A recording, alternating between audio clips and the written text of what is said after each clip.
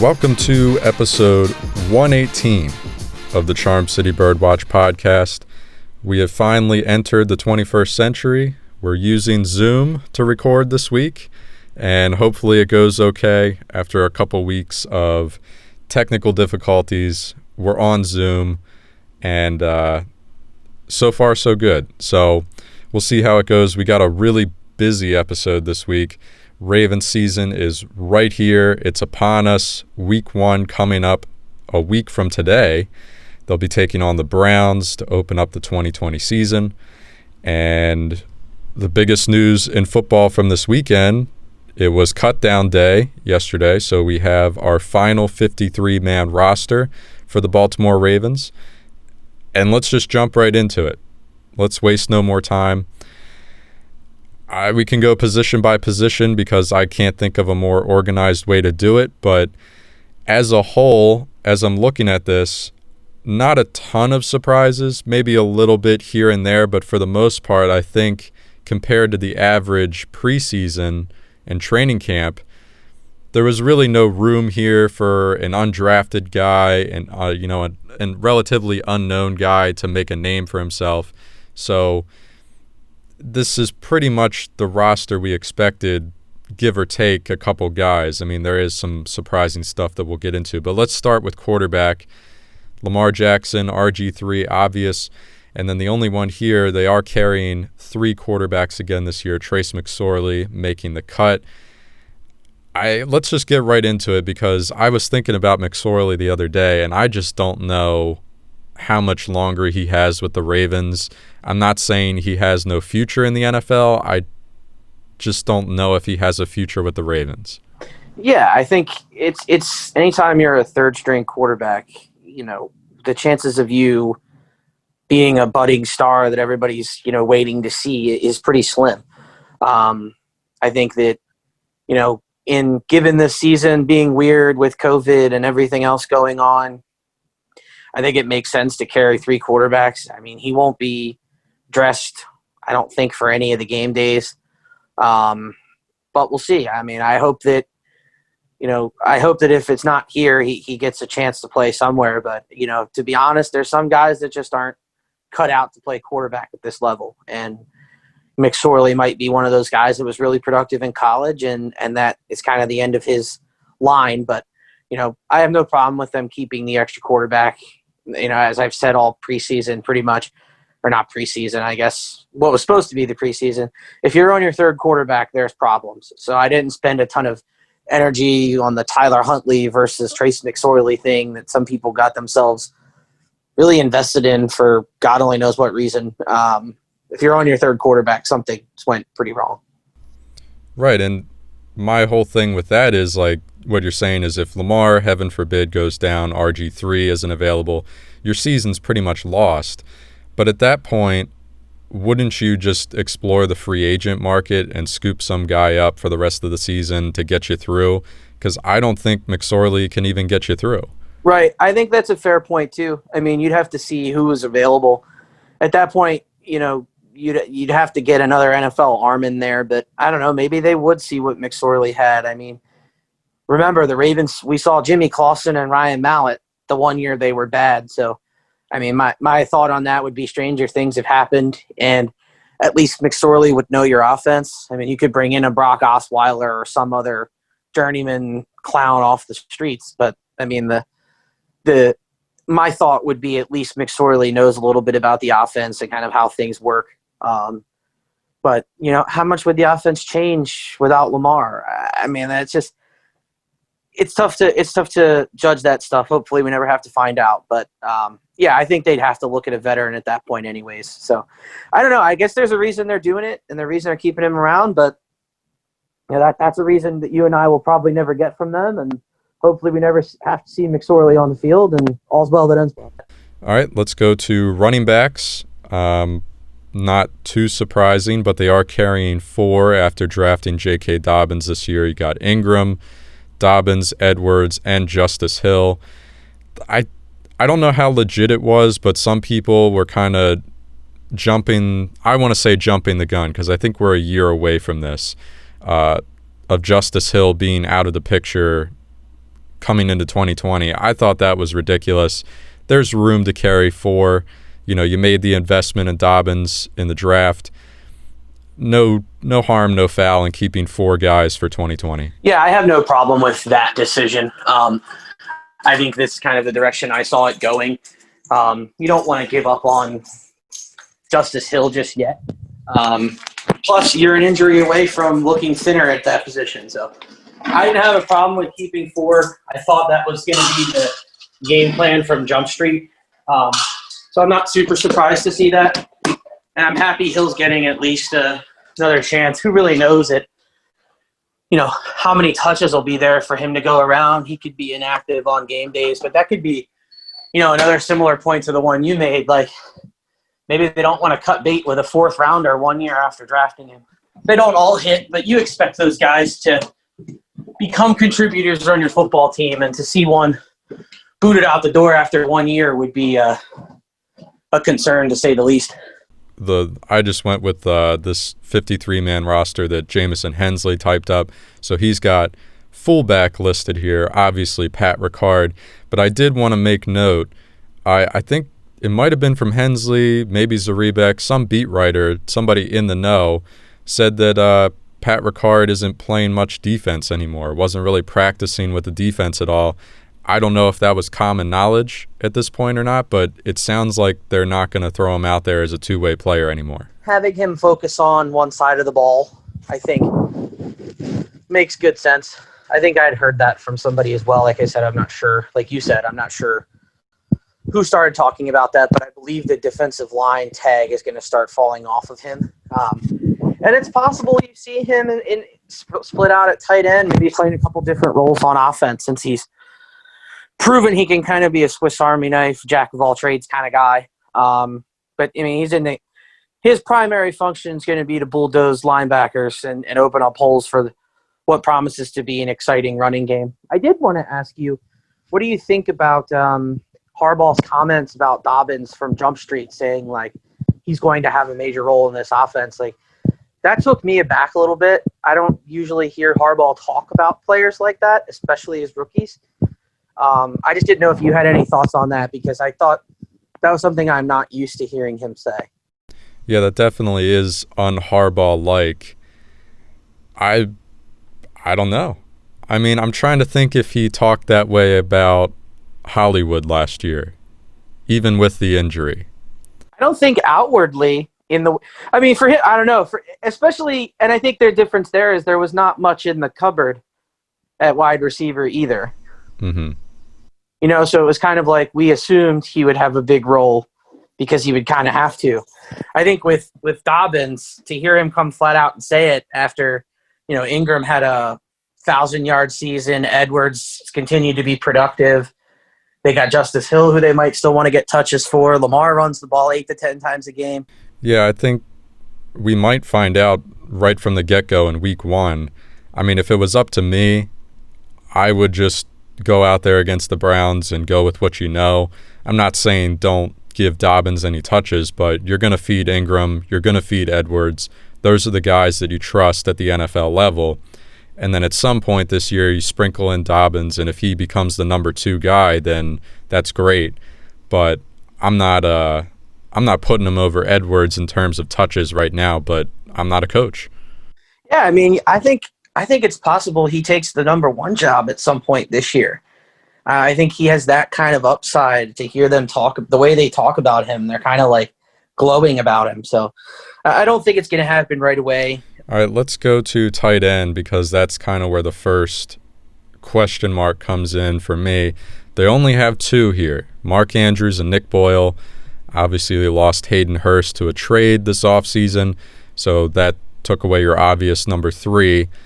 And there were some names in camp. Was it Scarf was one of them? I can't even think of some of the other ones, but Terrell Adams, yeah, and Eli Wolf. All of them got the cut. All of them got the axe. They're all out, and they've only got 2, which is interesting because both of these guys are going to get significant snaps. Andrews as a top receiving threat, and Boyle's out there on a ton of offensive sets as a blocker. And again, don't be surprised to see him get involved running routes either. So I this is probably the biggest surprise from the 53-man roster for me, just only keeping 2 tight ends, but maybe they do have some packages for Pat Ricard at tight end under wraps, and they feel comfortable putting him there, or they feel they have a guy that they think they can get on the practice squad that they can immediately bring up. I don't know, but it is unconventional, to say the least, to only have 2 tight ends. The people have been talking about Delaney Walker a little bit too. There's definitely options on the tight end market if the Ravens chose to explore it.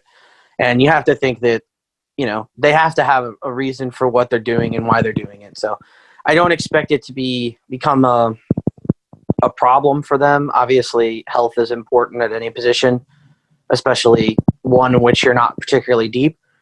So I think they're just counting on their top guys. And listen, I'll be honest, like when you looked at Mark Andrews' stat count at the end of last year, weren't you frustrated? Because, seeing he was only on the field for, I think it was like 48 or 49% of plays. This guy's the top 4 tight end in the league. He needs to be on the field. All right, wide receiver, they're keeping 6. Marquise Brown, Willie Snead, Miles Boykin. And then the last 3 is kind of, you have 2 of your recent draft picks here, Duvernay and Prochet. They were both drafted this year. They are making the team. And rounding out the group, everyone's favorite, Chris Moore. And Jaleel Scott, he's out. Chris Moore is hanging around for another year. We beat up on him a lot. I'm still not a big fan. He makes a play here and there. He's non-existent in the offense. We'll say that. He's not a part of the offense.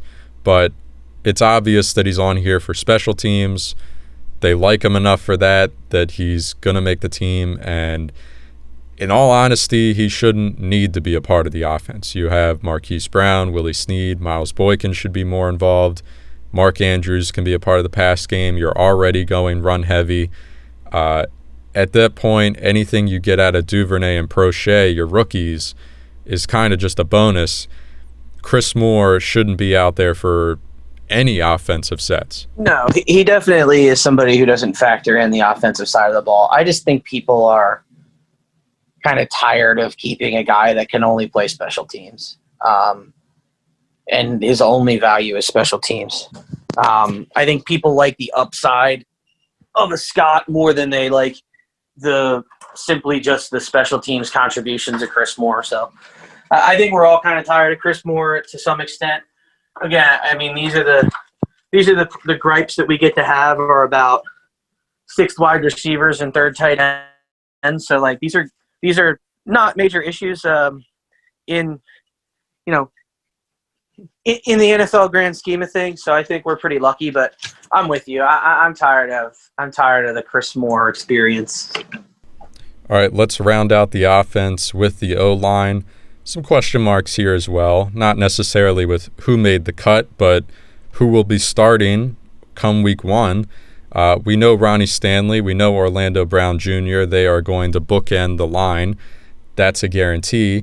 But from there, we have Bradley Bozeman, Pat McCary, Matt Skura, he's back from injury, Ben Powers, Tyree Phillips, Ben Bredesen, both of those guys were drafted this year, and free agent addition DJ Fluker. A big group, 9 guys. No real surprises here. I think some people thought one of these guys wouldn't make it, whether it was McCary. I even heard some fans talking about Ben Powers being out in year 2. I thought that was wild, but there's your group. We know the tackles, and I haven't seen enough from camp. Probably haven't been paying attention enough to tell you who's going to start at left guard, right guard. I've been hearing that Phillips is getting a lot of looks at right guard, and he's a candidate to start there week 1, but Fluker is the veteran. He could step right in, has the NFL experience. So we'll see. And then beyond that, how healthy is Matt Skura? We know he's back. He passed all of his tests and everything.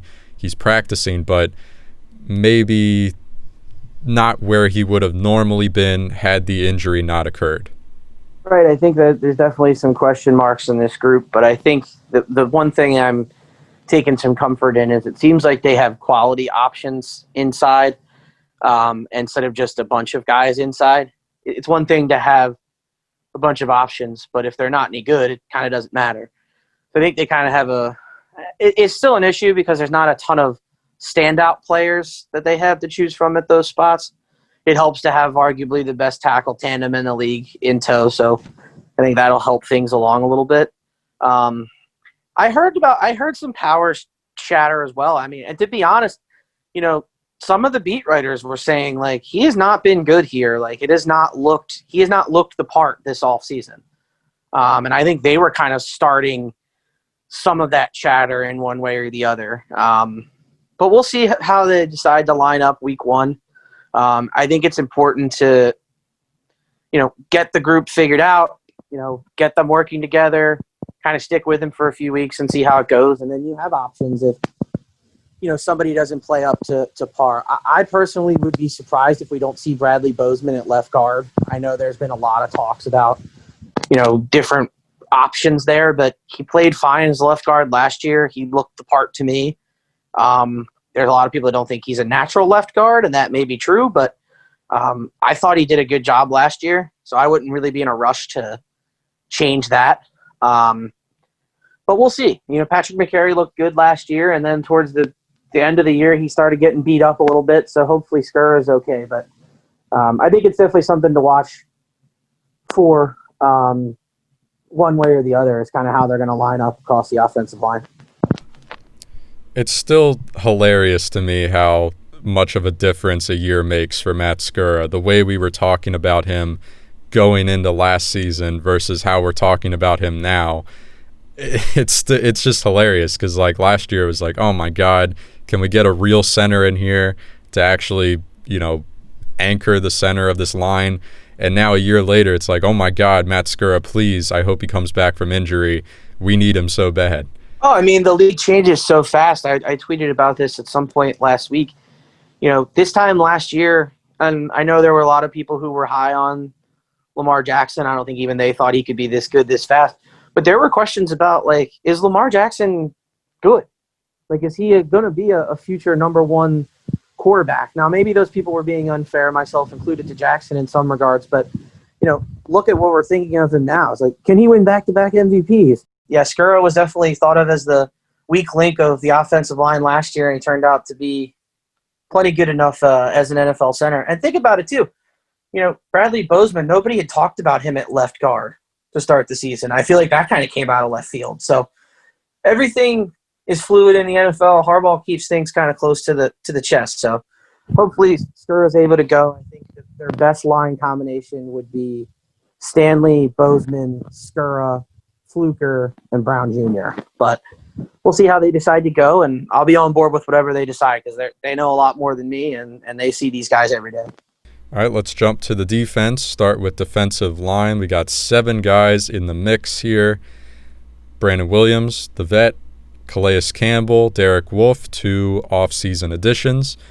Justin Matabuke, a draft pick from this year. Jihad Ward came in, I think, mid-season last year.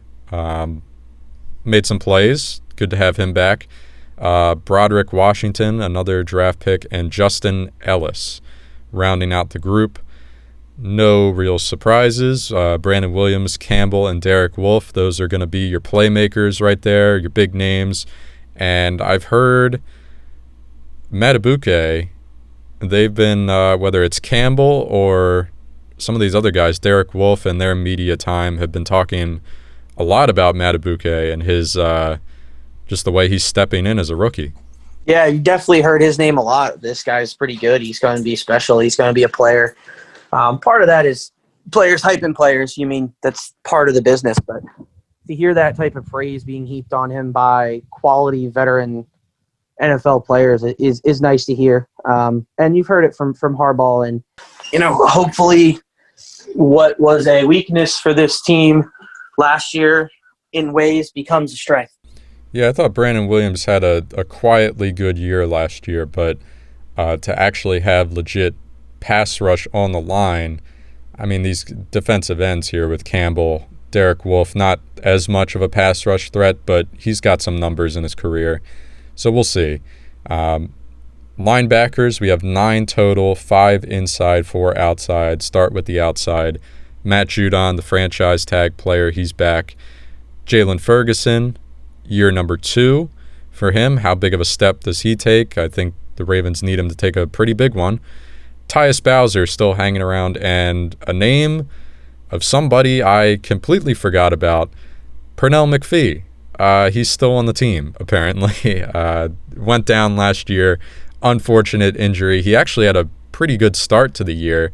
I don't know how many sacks he had, but he was getting consistent reps on the other side of that line, opposite Matt Judon. And I think we all knew that at some point, if he played the full year, his legs would give out or the numbers would go down, kind of a Terrell Suggs type of production. But to start the year, he was giving the Ravens some good numbers, some sacks, just getting through the line, run stuffing. So maybe Pernell McPhee can come back and contribute in some capacity this year, but I don't think we're expecting him to be much of a starter. I'll let you go on the outside here, and then we'll go to the inside. Yeah, I'm not sure who the starting outside linebackers are going to be. I definitely think there's a chance that we see Bowser start, chance we see Ferguson start, and maybe they go with McPhee at the beginning of the season. They could all spend some time starting opposite Judon, but you're absolutely right about Ferguson and Bowser. I mean, look at this position. I mean, who's here long term that you trust? Nobody. I don't know if Judon plays his way into another contract year or if he gets paid somewhere else. Bowser's in a contract year, hasn't really popped yet. Is he the next in many of the line of Ravens contract year players, your Paul Krugers, your Zadarius Smiths of the world that priced themselves out of Baltimore? Ferguson, he started to play well towards the end of last year. Can he carry that torch and kind of carry the mail once some of these guys leave? And then McPhee, as you said, whatever you get from him, you'll take. I mean, he's a veteran. You might be able to get some good snaps out of him, but his better days are behind him. So it's a big year for the future of that position for the Ravens. I think that in an ideal world, Bowser and Ferguson both play well, and they feel a little bit more confident with them two going forward.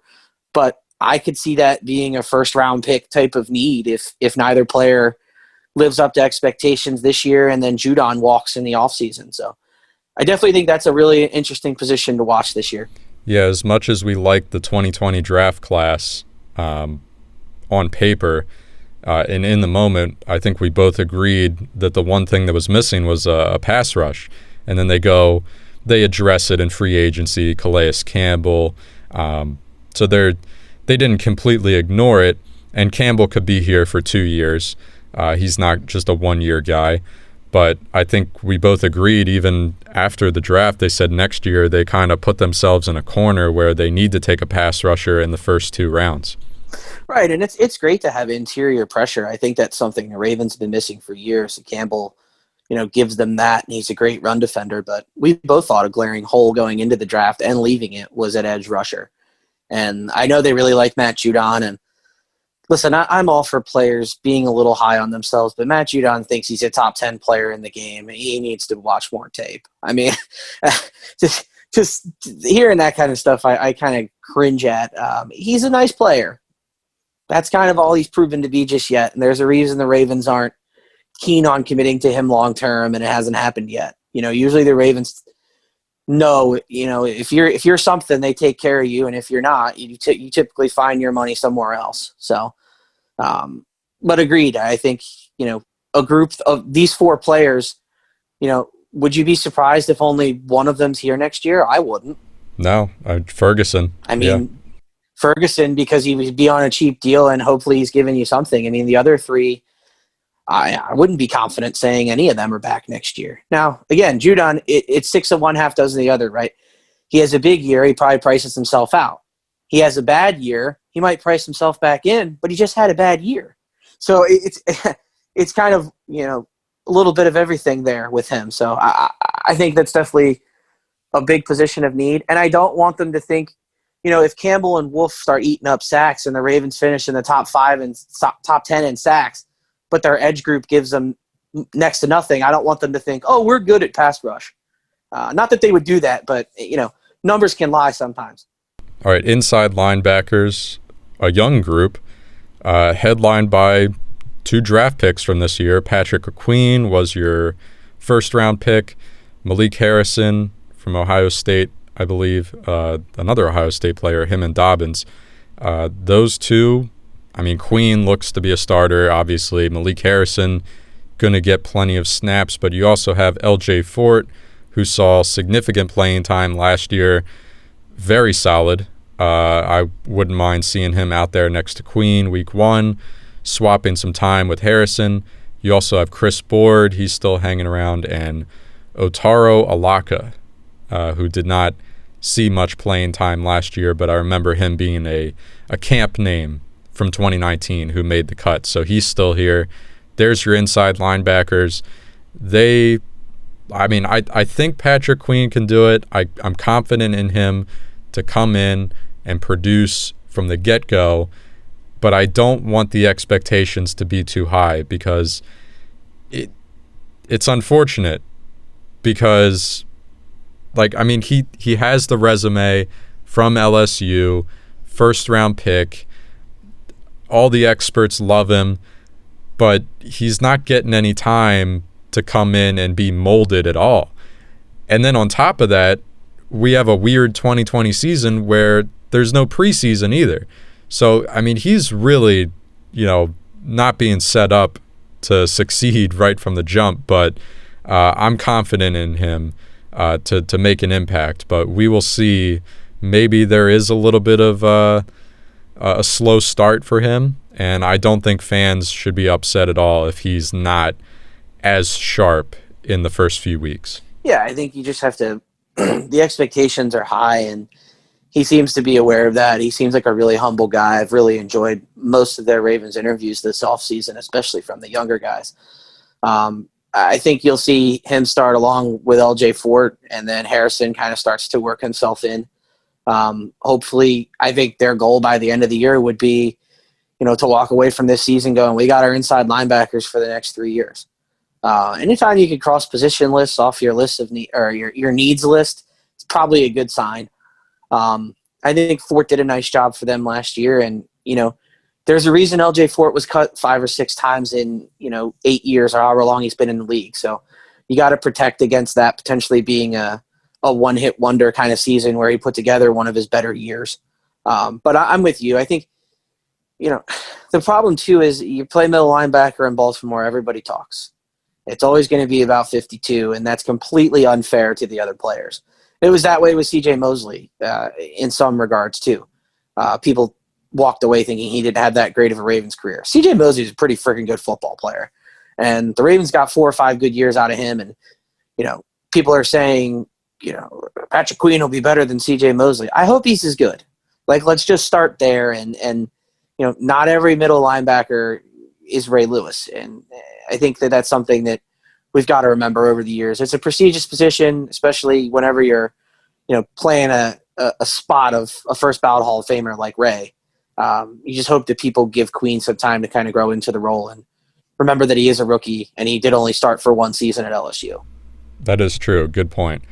Let's finish it out with the secondary. Cornerbacks. We knew what to expect with this group.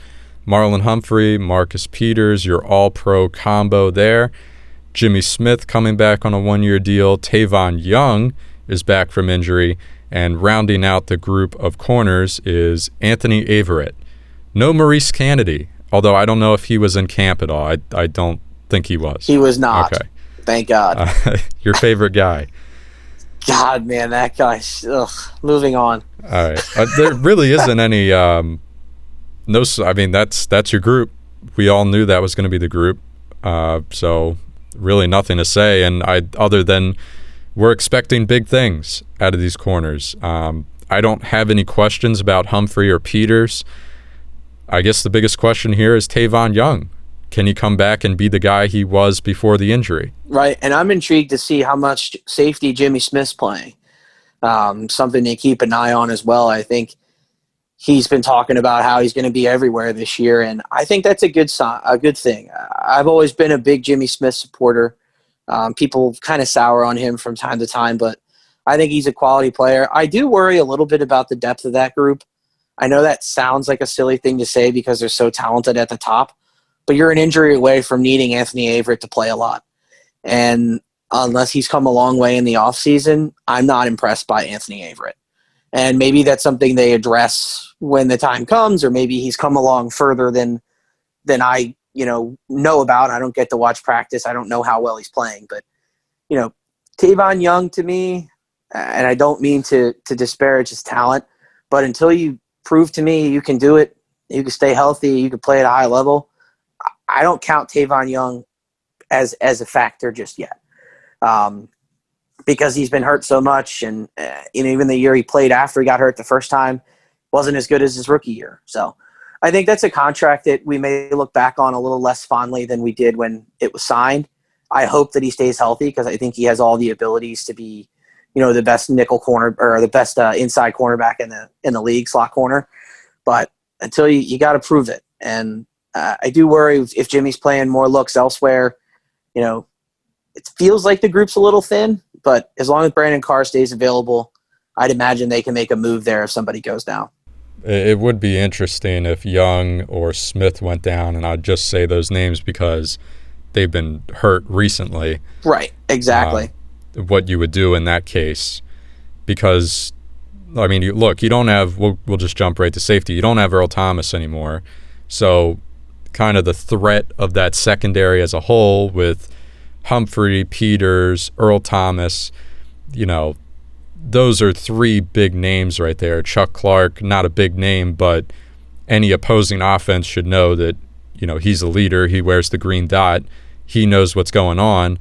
At that point, there's not many receivers you're sending downfield that are being covered by a scrub, we'll say. Right. So maybe in that case you could withstand losing a guy like Tavon Young or Jimmy Smith, but without Earl Thomas, I'm not saying it makes a big difference, but there is less of that kind of threat for an opposing quarterback when he looks out at this defense. No Earl Thomas standing over there. Chuck Clark, Deshaun Elliott, Anthony Levine, and Geno Stone. There's your four. No major surprises. Geno Stone was drafted this year. Anthony Levine, same as Jimmy Smith, brought back on a one-year deal. And Deshaun Elliott's getting his time to shine. And Chuck Clark is the guy. They just paid him last year. And he now has to have, he needs to take some even further steps forward. What a strong message that the Ravens sent. Chuck, we're going to take Chuck Clark's side. I thought that was something because the Ravens took a financial hit. It was a big story. They lost a great player. And, to me, that puts a lot of pressure on Clark this year. I don't know. I just sit around and think, the Ravens are really good. We don't have a lot of big problems to worry about. I just worry if maybe we're missing something. Like, they feel thin there to me. I don't know. But I don't know how deep are people at safety in the rest of the league. And they have quality, especially in Clark, and they hope in Elliott. But what if Elliott struggles? Are they on the phone to Tony Jefferson? Are they looking at HaHa Clinton Dix? Maybe there's a move that's about to be made, in the coming days where they're picking somebody up. All those guys went on waivers yesterday, and there's a waiver wire to that, and then players can sign where they want. But I'm interested to see if there's not an addition made in the secondary, either at safety or at corner. Because as I said with Jimmy, if Jimmy goes down and he's playing all kind of different spots for you, that would be a guy you really can't afford to lose. Yeah, I would agree. Losing the versatility there. This just came to mind. We were talking about how quickly things change, but going into last year, Chuck Clark, again, he was where Geno Stone is this year. You had it was Earl Thomas, Tony Jefferson, Deshaun Elliott was healthy, Anthony Levine, and then Chuck Clark. So I'm not saying Geno Stone has to make a jump in 2 years, but being drafted where he was, I think he kind of got the same, he was talked about the same way as Chuck Clark, that he's a smart guy. He's a smart player. He's capable of making that next step. But at the very least, they trust him to be a role player. Yep, and I think he was a guy that I think some of the mock experts and the draft people had as a fifth rounder that kind of fell to the seventh for whatever reasons there may be. But I think, I don't know, I'm a worrier by nature, so I'm always worrying. And you know how people overvalue their own team's players. I mean, that's a fandom problem worldwide. It's hard to look inward at what your team's not good at. So I try to, spend some time asking other people, like, what do you see? And then I try to reflect on it a little bit differently. But that's a good point, paralleling Stone with Clark. And maybe they feel confident that they're good with that group. I don't know. It feels thin, and they only lost one guy, but he was a pretty important one. He played about 90 or 95% of the snaps last year. And he played them well. So I think I don't want people to spend any point of the season acting like that this isn't a big loss. I think that has to be taken into account. Thankfully, the Ravens had a few weeks to kind of get their ducks in a row here after the Thomas saga kind of ended and quieted down. So hopefully they've been able to get a plan in place. And if they don't sign anybody else, then the guys they have damn well better do the job, or, DeCosta will be quick to patch the holes. Absolutely. And our last three guys on the 53-man, no surprises here going into their 9th year together. It's the Wolfpack, Justin Tucker, Sam Cook, and Morgan Cox. I got nothing to add, but when I pulled up this 53-man roster yesterday and I was thinking about it, 9 years.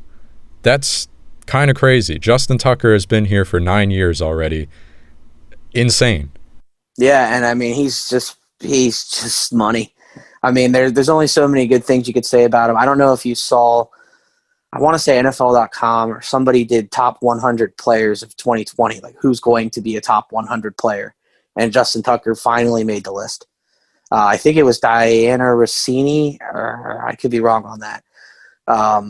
No, Mina Kimes, I think, is the NFL writer. She voted for Justin Tucker, and that was like enough votes to get him on the list. I've never understood why he's not on the list. He's by far the best player at his position. The gap is noticeable. And when you watch teams lose games every week on kicks, 35-yarders, 32-yarders, extra points, this, that, or the other, the Ravens never have those issues.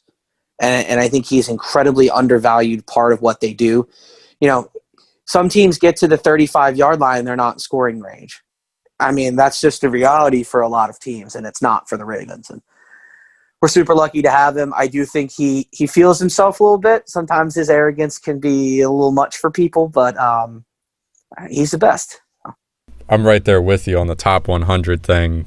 I don't know if any kicker has ever made that top 100 list, but if there was one that was deserving, it would be Justin Tucker, because like you said, there's teams out there that are losing games because of who their kicker is. Justin Tucker is not just average. He's blowing them out of the water. Like, you throw him out there for the game-winning kick from 50-plus yards, we all think he's going to make it. And that downpour, too, against the Niners, he made that one from 52, I think it was. I mean he's the best. When it matters most, he doesn't miss. Although, as I say that, I have the flashbacks to the Saints game where he missed the extra point. But that was, remember how big of a deal we made after that, and it was only because we knew what Justin Tucker can do. Like, we only made a big deal about it because he's the best. Right. It's almost unfair to him. Like he misses, and we're like, what the hell's the matter with Tucker? Like, I don't think the fan base really realizes how nice it is to not have that happen on a regular basis. So when it happens here, it's almost like it's tenfold of how much it's magnified because it never happens. Right. And the Saints one, it was just so unfortunate. I mean, he should have made it, obviously. He said this much in the postgame, but it could have happened at any moment. Like, it could have happened in a game where they were blowing someone out. He misses an extra point at some point. It doesn't matter. Right. Nobody You know, cares. it just so happens that the extra point he misses is one that you need to send the game to overtime. So, yeah. But that's history at this point. And one last note on the 53-man roster, because this is something that we always talk about, has been put to an end because of this weird 2020 season. For the first time since 2003, the Ravens will not have an undrafted rookie making their 53-man roster. That's been a very, very long time. One of those absurd streaks in sports that we always mentioned with the Ravens throughout this entire streak was who's going to be the undrafted rookie that makes it. The streak started here. This is from Jamison Hensley in 2004 with B.J. Sams, and it ends in 2020. And there was a lot of those guys that became like really good players too. I think they've just been super fortunate in that regard. A lot of the players, it's one thing to have them make the roster, but then a lot of these guys have earned roles, full-time roles, even became like established quality starters in the NFL. So their scouting department has always been one that receives rave reviews nationwide. I can't remember the last time the Ravens have had a bad draft, according to any draft expert. So I'm not surprised to see them find guys. I'm not attached to the streak. If you find people with weird levels of attachment to it, I think that's kind of odd. It's not a big deal. Like, it's over with. Move on. I feel people are kind of upset about it, but first time in quite a while. So hopefully, maybe next year. Right. I mean, they could take an off year and then go on another 10-year stretch starting in 2021. And another thing too, I mean, I guess the streak for this is still intact, but the preseason games, the win streak, it's still intact, but they didn't play any preseason games this year. So I guess defeated again. Yeah, they didn't take a loss, so we don't have to mention that one. I guess before we get into the Browns, how are you feeling? And I saw you put out a poll on Twitter about this, and we can talk about that. Your level of excitement for the NFL season, knowing that there won't be fans, at least to start, most likely for the entire season. No preseason. We're jumping right into it. The rules are the same. It's still 16 games. It's relatively the same football we've always known, but not having fans, that's a big element. Where are you at? I am nowhere near as excited as I typically am, which is to say that still makes me more excited than most people. But it's not the same for me. I love going to the game. I know some people can't stand it. So the fact that there's no fans doesn't really matter to them. It will change the viewing experience a little bit. But to me, there's nothing like NFL football. There's nothing like going down and tailgating, hanging out with your friends and your family, and going into the game and, cheering the team on and really feeling like you're a part of it. And I love my trips. I don't travel. It's one thing about me that I don't do. I don't go places unless I'm going to watch the Ravens play. And I look forward to my trips every year with my buddy Herschel. Cincinnati last year was just a ball. I mean, it's the best time, 3 days. I'm going to miss it. I'm going to be honest. I'm going to be trying to put together some more watch parties at the house with some of my friends and my family, just to kind of at least get the feel. For me, football is about a lot of things, but it's about family. It's where I get to spend most time with my mom, my dad, when we go down to the game. So I'm going to miss it. I think it's a big change for me. I'm not happy about it. If they started letting people in, I'd be back in a heartbeat. It's a big part of my life, and some people don't get it, and it's weird to them, but I love football. I love traveling to watch the game. So this is it's not the same, but I'm still happy football's back, but I'm definitely less excited than I typically am. Yeah, I'm kind of with you on the excitement, just because it was, for the past 3 weeks, it was like, oh, we're 3 weeks, 2 weeks, and now 1 week away from the season starting. And it's not until now where we sit down and do this episode that it's like actually setting in that the Ravens are playing a game that matters. This time next week. Exactly. It's 11:53 right now. this time next week we're an hour away from kickoff. Yeah, you'd be getting your inactives list or something. Yeah, we're freaking out about who's active and who's not soon enough. But yeah, and this Sunday would have been a home game, right? Yep, we're supposed to open at home against the Browns. Well, they are, but nobody can go. Right. So that'll be a factor to mention with the Browns preview. But the season does start on Thursday. We have our season opener Thursday night game against the Texans and the Chiefs. Get it going. On paper, a great matchup. You got the two quarterbacks just got paid this offseason. Two of the best teams in the AFC the past couple of years. Exciting matchup. And I don't know why I feel this way, but I'm kind of worried of what the NFL is going to do from a TV standpoint without the fans. We saw what baseball has done. We saw what the NBA has done, hockey as well. They're all making it work. But for some reason, I'm just worried about the NFL. Like, I think Thursday night's going to be a really awkward night. Well, KC's going to have 10,000 fans there, I believe. Oh, really? I believe that Missouri is allowing them, Kansas City's in Missouri, I think. Sorry, I'm not a cartographer. But yeah, I'm pretty confident they're having 10,000 fans at the game. Don't quote me on it, but I'm like 90% sure that there will be fans. But, just to further your point, there won't be fans at some games. The Ravens are not having any fans at their game for the season opener. I mean, that's just bonkers. And I think they're the league that is most capable of getting it right. They talked a lot about pre-recorded crowd noise being delivered to each team to play during the game. It'll be different not seeing people, but I think the NFL is going to do a really good job with it.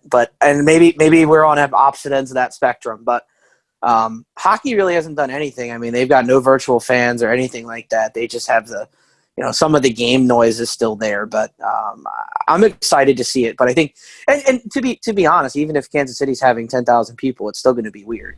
Mm-hmm. Right. I think my worry is just, I don't know. I feel like everyone's going to be watching on Thursday. The NFL is king. Right. We talk about it all the time. I think it has the potential to be just a train wreck where everyone's watching and everyone's going to be on Twitter and it's just going to be meme central. The NBC crew is doing it, so it should be a good broadcast. I feel like they're going to be well prepared. Al Michaels and Chris Collinsworth, they're as good as it gets as a duo, so I feel like they'll be able to handle it. But I don't know. And then as far as the play on the field, right, that's what I was getting at. That's what I was going to get at next. Yeah, I think we're going to see a lot of offensive penalties. It's going to be maybe a slow game to start, really sloppy, just bad football.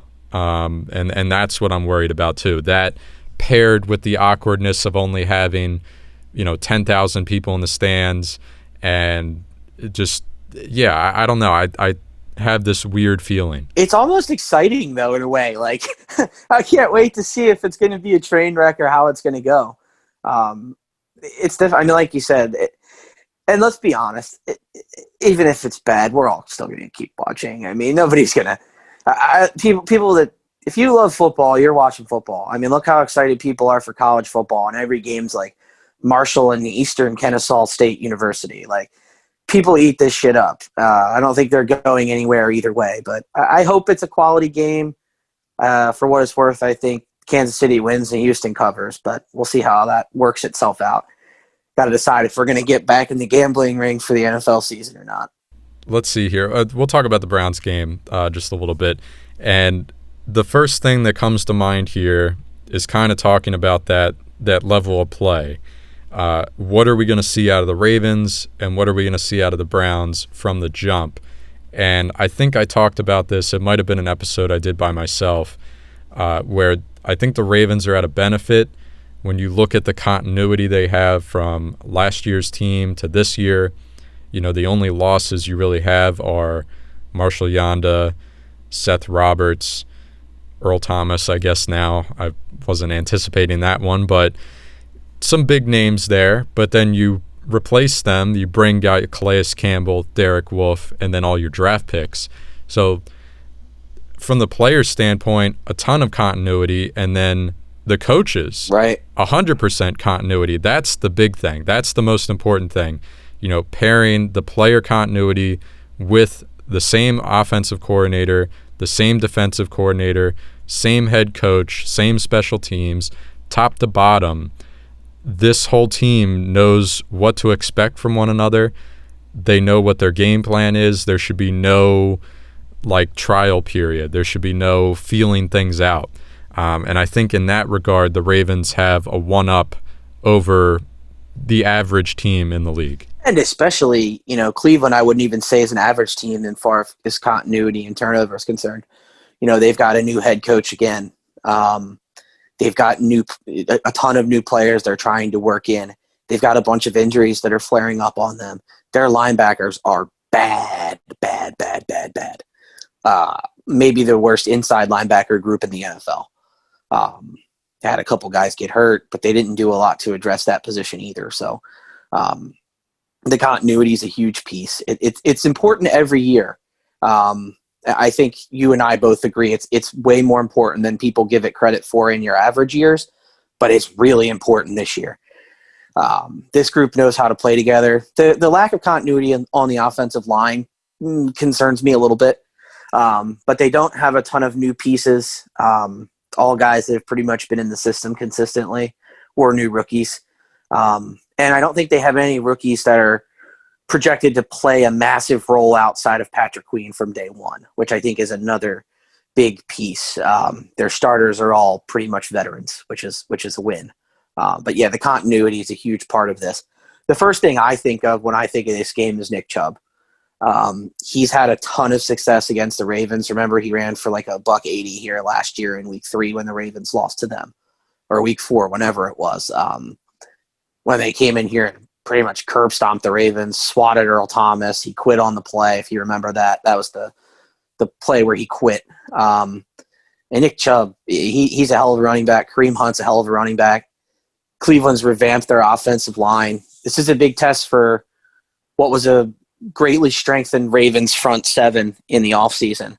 I'm excited for this matchup. I'm pretty jacked up for it. I just think – plus Cleveland fans are the best to make fun of. And I think that is something that, people look forward to doing as well. And the fact that they beat us last year and, we had to hear about Baker in his rookie year and how Lamar sucked and blah, blah, blah, blah, blah. So I think there's a lot to unpack with this matchup. But the first thing I think of is defensive line against their 1-2 punch at running back.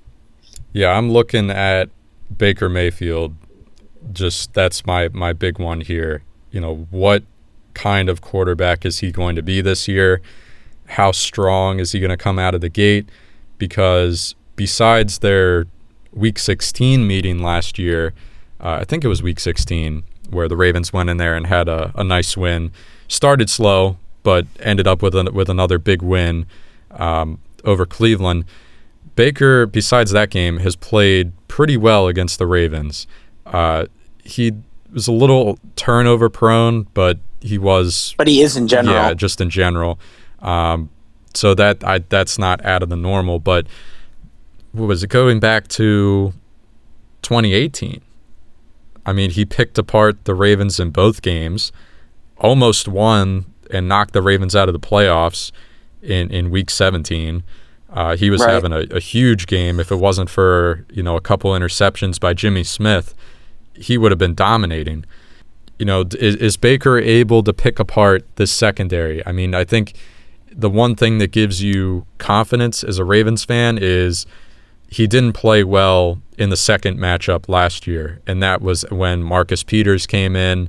Chuck Clark had taken over at safety.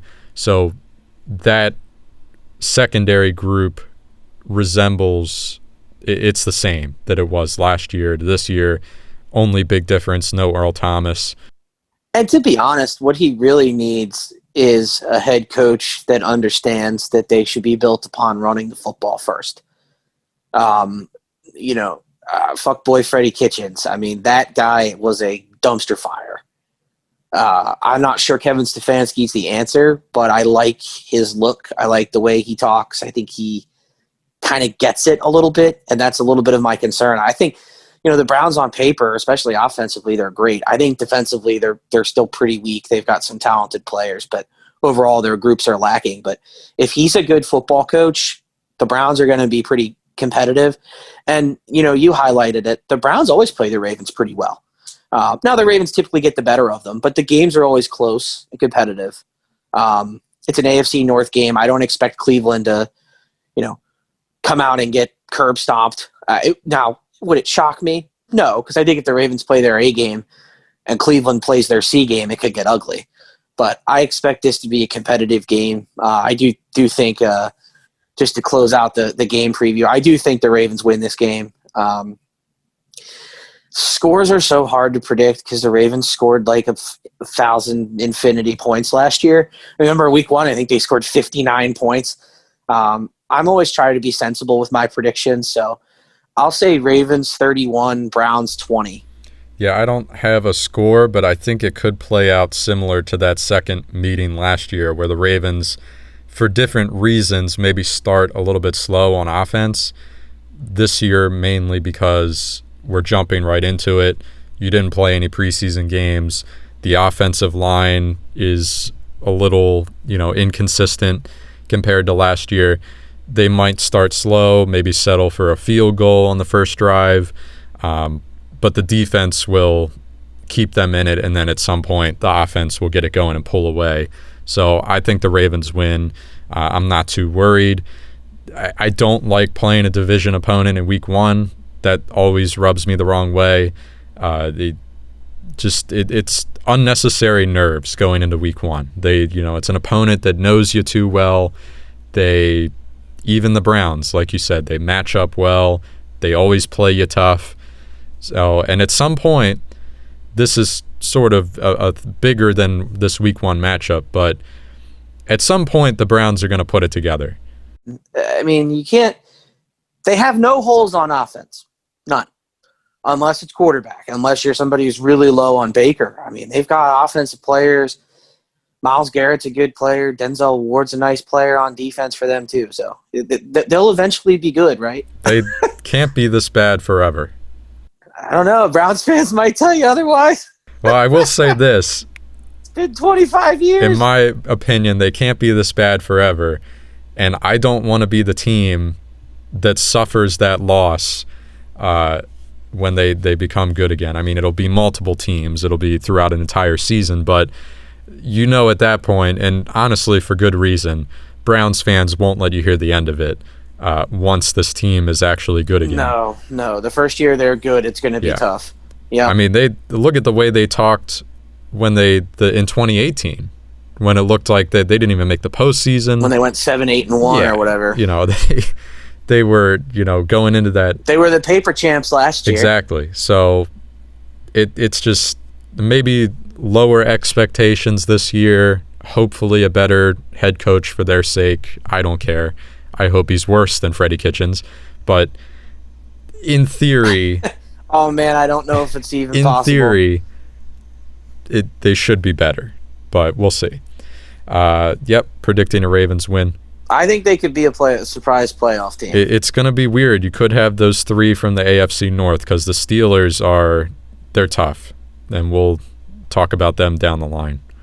Let's jump to the Orioles, and there's actually a lot to get to, so we'll try our best to keep it concise and organized, but we got to talk about the trade deadline. I'll start by saying I was wrong about Major League Baseball as a whole. There were some big blockbuster trades that got pulled off. I wasn't expecting anything close to that. I thought we'd have a quiet deadline. The Padres single-handedly made that wrong. I think they made all the trades themselves, but the Orioles were involved in 3. They dealt Tommy Milone, Michael Givens, and Miguel Castro. 2 of those names I expected if the Orioles were going to make a move. I thought it would be Tommy Milone or Michael Givens. Castro, not too surprising, but I thought they'd hold on to him. And really, if you're an Orioles fan looking at this, I don't know how you can have a single problem with this. Even if you were somehow higher on Miguel Castro than I was, which I don't think is possible, by the way, but if you somehow were, I don't think you can be mad at this trade because the return they got for particularly Givens and Castro is amazing. I'll go through it real quick. They dealt Malone to Atlanta, a team that's in desperate need of starting pitching. You got 2 players to be named later. That time will tell who they got there. Should be noted, Tommy Malone in his first start with Atlanta on August 30th, he gave up 7 earned runs in 2 1/3 against the Phillies. So yeah, he's bad. I think he turned it around and went 4 innings and gave up 1 run in his next start, but that was a little satisfying to have that bad one. And he was a camp invite, remember? Yeah, he was on a minor league deal. Like he wasn't. Yep. So you flipped him for 2 players. We don't know who they are, but they, a 2-for-1 flip on a guy that you were paying absolutely nothing, or really had no expectations. That's good to say the least. And then you get into the Givens and Castro deals. That's where you're getting some serious value. Givens gets dealt to the Rockies for a pair of infielders, Tyler Nevin and Taron Vavra, if I'm pronouncing that right. And as it stands right now, Nevin is ranked number 23 in the Orioles system and Vavra number 13. So 2 top 25 guys in exchange for Michael Givens, who, in all honesty, he's having a pretty good year. So I think everything just lined up for the Orioles because they've been trying to trade him for years. And this year he actually was pretty good leading up to the trade deadline. But we all know that he's not the most consistent. But we'll see how he does with the Rockies. And then Miguel Castro, this was the big surprise. Another guy, some inconsistency issues, but there's no denying his stuff is just absolutely electric. The way he can make the ball move, the velocity. I just loved watching him pitch. Sad to see him go, but knowing what they got in return here, Kevin Smith, a left-handed pitcher, he is number 12 in the Orioles system right now. So 1 above Vavra. Left-handed pitcher, he's got a ceiling of being a back end of the rotation type of guy, and it sounds like his floor is a bullpen role. So you've got a guy immediately that can come in here in a year or two and be a part of this team when they are hopefully good again. And I think they also got a player to be named later in addition to Kevin Smith. So just tons of return here. I'm loving all of it. We will get into some of these young pitchers in a second because in under an hour, the Orioles will be starting the final game of their series this weekend against the Yankees and Dean Kremer. They figured out how to beat finally. Yeah, we got to talk about all this. But these young pitchers, Kevin Smith now part of the equation, Dean Kremer getting a start today. Keegan Aiken was fantastic last night. Yes, he was. Bursting with young pitching talent right now. A lot to be excited about. Yeah, I mean, this is what we've all been waiting for, right? I mean, Ryan Mountcastle's hitting no doubters. The kid's for real. I've always been a big fan, but I like bursting how well he's playing so far.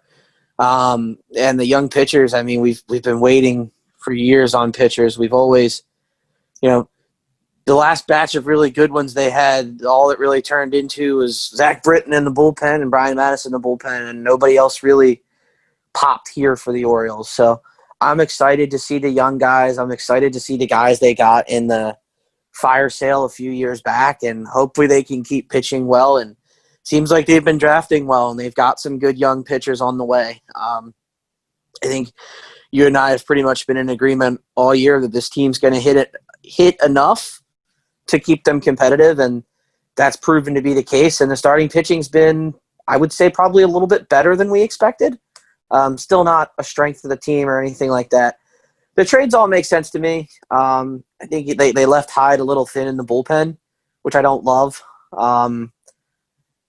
This seems like the Cole Slaughter experiment's finally over. Hopefully that's the case, and they look at different ways to close games. But I thought the trades made sense. I wasn't as high on Castro as you were. I'm not really a Givens guy either. To me, they're both just bullpen arms that are good every other time out or so, and sometimes they get on a little bit of a run. But I didn't have a problem with anything they did. I know there's some people that were a little upset they didn't try to get better since they are more competitive than we expected. But I think Elias is kind of seeing the long-term plan still playing out. They're 18 and 21, but, are they going to can they make noise? Probably not. I mean, maybe they keep it competitive. And listen, I want to finish with like 30 wins would be great. A 500 season for them. But we'll see how it turns out. And I'm excited to see the young guys continue to get opportunities. Yeah, in regards to the bullpen, I had the same feeling, but it was good timing that you have Hunter Harvey come back off the IL kind of around the trade deadline, and he just looks great. If he's not... Well, he always looks great. Well, that's true. The hair always that looks hair great, and that mustache. I mean, my God, what a treasure. So I expect him to kind of quickly in his next appearance hopefully be the closing option. But right now the Brandon Hyde's just getting some crazy production out of the bullpen. You got Cesar Valdez closed out these last two wins against the Yankees. Where he came from, I don't know. He's 35 years old.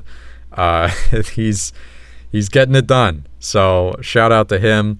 And you also had Dylan Tate join the Major League Club recently. He looks pretty good so far in 2020. And he was a guy that, we saw last year he got roughed up a little bit. But, maybe this year he puts it together. So far he looks pretty good. Looks comfortable out there. And speaking of comfortable on the mound, Keegan Aiken, my goodness. I was excited when he made his debut against Toronto on a bit of a pitch limit there. I think he went like 4 1/3 or something, but he didn't give up any earned runs. The defense let him down a little bit. And, yeah, I mean, he struck out 6 in that debut. So that, to me, that was like, okay, this guy, he's got it. He's got the command. He's got the composure. He just looks the part on the mound. Like he goes out there, got a good pace to what he's doing. And last night, what stood out to me against the Yankees, not only being matched up in a pitcher's duel against, a $300 million man and Garrett Cole, but he goes out there, matches Cole. Not the best Yankees lineup right now, but that's irrelevant. These guys are all major leaguers. And there was a certain point, I don't know what inning it was, maybe the 4th or 5th, where Keegan Aiken ran into a little bit of a jam. Gave up a double, might have been a leadoff double. Gleyber Torres, that's what it was. Double down the left field line, leadoff. It's looking like this might start to fall apart for him. Comes back to the next batter, 3 pitches, strikeout. And the camera showed Aiken. He just takes off his glove. He like rubs his elbow, and he just has this look on his face like, yeah, I got this. He just has that confidence for such a young pitcher. I think he's the real deal. Last night was probably maybe the most excited I've been watching the Orioles all year. Just the fact that you're going up against Garrett Cole. DJ Stewart hits 2 bombs. What a game. Back from the dead. Yeah. His first hit of 2020 is a home run off Garrett Cole. That only in baseball would something like this happen. That's the weirdest sport ever, isn't it? Yeah, but Aiken, I mean, seeing him kind of get out there was awesome. To pitch well, to kind of outduel Garrett Cole. And there is kind of like a welcome to the league moment that all these players have. And maybe that's what you saw last night for him. It was kind of, hey, I can do this. Like, I'm going to give up hits. Like, this is just baseball. And I know it's a big step anytime a player makes their professional debut, at least at the highest level. But I'm happy to see he pitched well. I didn't get to see much of the game, unfortunately. I had a fantasy draft party yesterday with my college friends, and we were a little boozed up and drafting, so we weren't paying too much attention to the TV. So, but I was really happy when I was on. My wife was driving me home. I was checking the score, and I saw that they were doing as well as they were, and that Aiken pitched as well as he did. So it's a great sign for the Orioles. Again, these are the players you want to watch the rest of the year. The young guys, the more good performances they can put together, the more optimistic I'll be for next season. Yeah, and Steve Molesky was the one who tweeted this out last night, but all the key guys in last night's win. Keegan Aiken, obviously, fantastic start. DJ Stewart puts it together, 2 home runs, and Ryan Mountcastle had another big hit as well. A 2-out. It was 2 outs at the time. They had the bases loaded or runners at second and third. He picked up the big single with 2 outs. 3 young guys that, DJ Stewart we've seen for previous to this year, but 3 young guys getting it done and giving you a win against the Yankees of all teams. So that's very exciting, even if it was for just one night. And this last point I want to make about the Yankees, we'll see how they do today. Dean Kremer on the mound. They got the momentum, got a chance to win the series, but you look at the 5 games? 5 games they played so far against the Yankees this year. They've been competitive in 4 of them. The doubleheader, they should have won game 1 of the doubleheader on Friday. They let that one get away from them somehow, but they get the win in game 2, and then you go back to their first meeting earlier this year. Game 1, the Yankees blew them out. Not that surprising. And then in game 2, that was the one where we were so mad at Brandon Hyde and Cole Sulser. Just Pedro Severino gave you the go-ahead home run in the bottom of the 8th, and you give it right back to Aaron Judge in the top of the 9th. They could have easily won that game. They could have easily won the first game of the doubleheader, like I said. But for the most part, I'm looking at these games, they're playing the Yankees tough this year. And I know the Yankees don't have the best lineup right now. They've got injuries. But compared to how they played against them last year to this year, I'm over the moon. And they're still the Yankees. I mean, they've still got a ton of talent on their team. They've still got, elite pitchers. They faced Cole last night. They faced Tanaka this afternoon. And Tanaka, to me, has always been one of the more undervalued pitchers in the league. So they've still got a ton of talent. Nolan, don't look now, but if the Orioles win today, they're 2 games back of the Yankees. I mean, 40 games in? Could you have ever in your life thought they'd be 2 games back of the Yankees, 40 games in? And they're on this New York stretch right now, so they're going to go play the Mets after this, and then they get New York again. So if the Yankees still don't have Judge back, still don't have Stanton back, their guys that they're throwing out there, are still batting around 200 or even worse. Maybe I think that's another 4-game series. Maybe they take 2 again. You don't know. I mean, if they catch them on another down streak, the Orioles could finish with a pretty good record against the Yankees this year.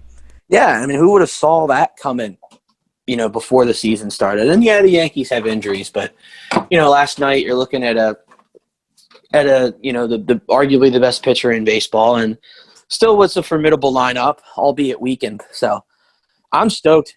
I told you, Nolan, that I just want them to be watchable. And for 40 games so far, they've delivered on that for me. And to be honest with you, they've actually been enjoyable most of the time.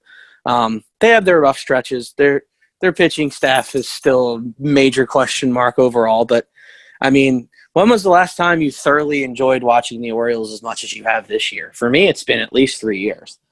Because the last year when they had all the talent still and they were so bad, and that was Brittany Giroli wrote a big piece about how it felt like they gave up. And it felt like that watching. So it's good to see, and it's always good to see the youth kind of starting to make their way into the picture, because it's been about the future for so long here, and the sooner that future can get there, the better, because, it's nice to see the Orioles play well and be competitive. Now, there's people that will poo-poo it and say, well, it's only a 60-game season. They would have collapsed in the back half. I don't know. To me, if you go 30-30 over the first 60 games of the year, you've at least proven you're competent. So that would be my goal, as I said, get to 30 wins. I had them between 17 and 22 wins, and they're about to shatter that. I think the Vegas over-under was 19 or 21, something like that. So they're about to shatter that too. So it seems like everybody kind of had this team pegged wrong. I think you and I both agreed they'd hit, which they have, and I think that's surprising more baseball people at large and less baseball people that actually follow this team. Not to end on a down note, but Santander looks like he's going to be out for the year. The oblique strain, I think, is what they're calling it. He's saying they don't know when it happened. Hyde said they don't know exactly when it happened, but there was a swing in it was game 1 of the doubleheader. He had a swing where he was just like coming out of his shoes, trying to hit a ball, and he just like stood there for a second, and it looked like he pulled something. To me, that looked like the moment.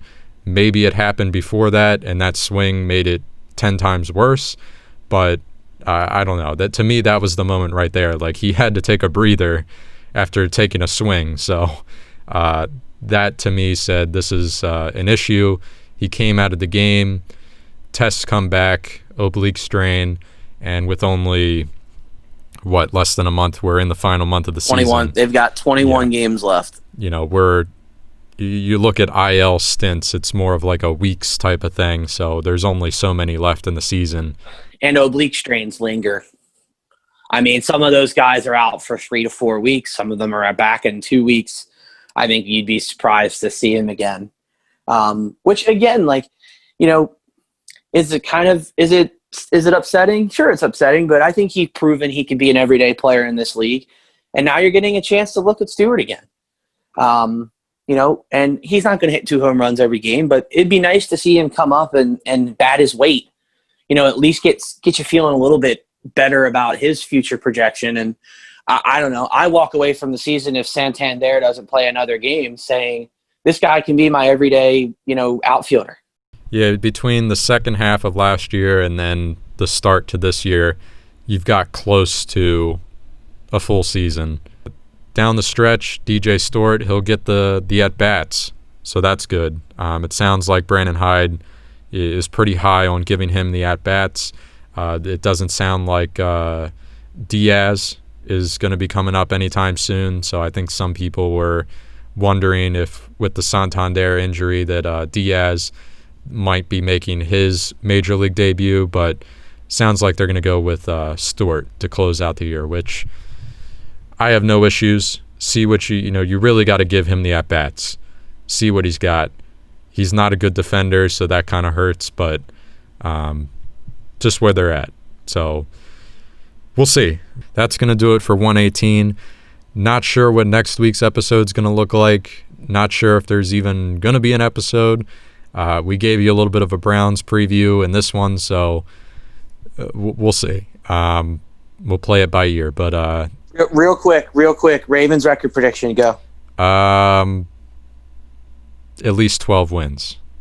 What, 12? I got them 12-4. 12-4. I think that sounds reasonable. We're on the same page there. That'll do it for 118.